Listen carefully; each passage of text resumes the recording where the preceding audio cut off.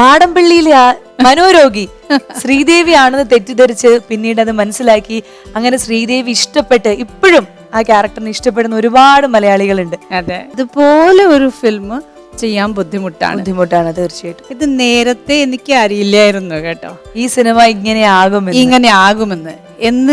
എനിക്ക് ഈ സിനിമ കിട്ടിയത് തന്നെ മോഹൻലാൽ സാർ ഒരു ഫംഗ്ഷന് വേണ്ടി, ഒരു ഓണം പരിപാടിക്ക് വേണ്ടി ബാംഗ്ലൂരിൽ വന്നിരുന്നു. അപ്പോൾ ഞാനും അതിലൊരു ഗസ്റ്റ് ആയിട്ടാണ് പോയത്. അപ്പോൾ തന്നെ ചോദിച്ചു, ഒരു പറ്റിയ ക്യാരക്ടർ ഉണ്ട്, ചെയ്യാമോ എന്ന്.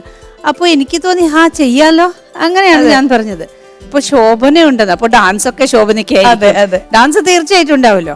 അപ്പോ ഫാസിൽ സാറിനോട് ഷൂട്ടിംഗ് നടക്കുമ്പം എനിക്ക് ഒരു ചെറിയൊരു ഡിസപ്പോയിന്റ്മെന്റ് ഉണ്ടായിരുന്നു.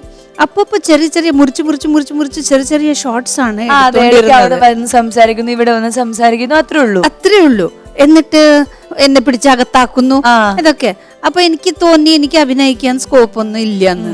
അപ്പൊ ഞാൻ ചോദിച്ചു സാറിനോട്, സാറേ ഇത് എന്നെ എന്തിനാ ഇതില് വിളിപ്പിച്ചത്, എനിക്കൊന്നും ഇല്ലെന്ന് തോന്നുന്നത് എനിക്കെന്ന്. അപ്പോ ഫാസിൽ സാർ പറഞ്ഞു, അതല്ല, നിങ്ങൾ ടോട്ടാലിറ്റി നോക്കുമ്പോഴാണ് ഇത് മനസ്സിലാവുന്നത്. ശോഭനയും ഇതേ ചോദ്യം എന്ന് ചോദിച്ചിരിക്കുന്നു, ആ പാട്ടല്ലാതെ വേറെ ഒന്നും എനിക്ക് ഇല്ലല്ലോ എന്നാണ് ശോഭന എന്നോട് ചോദിച്ചത്.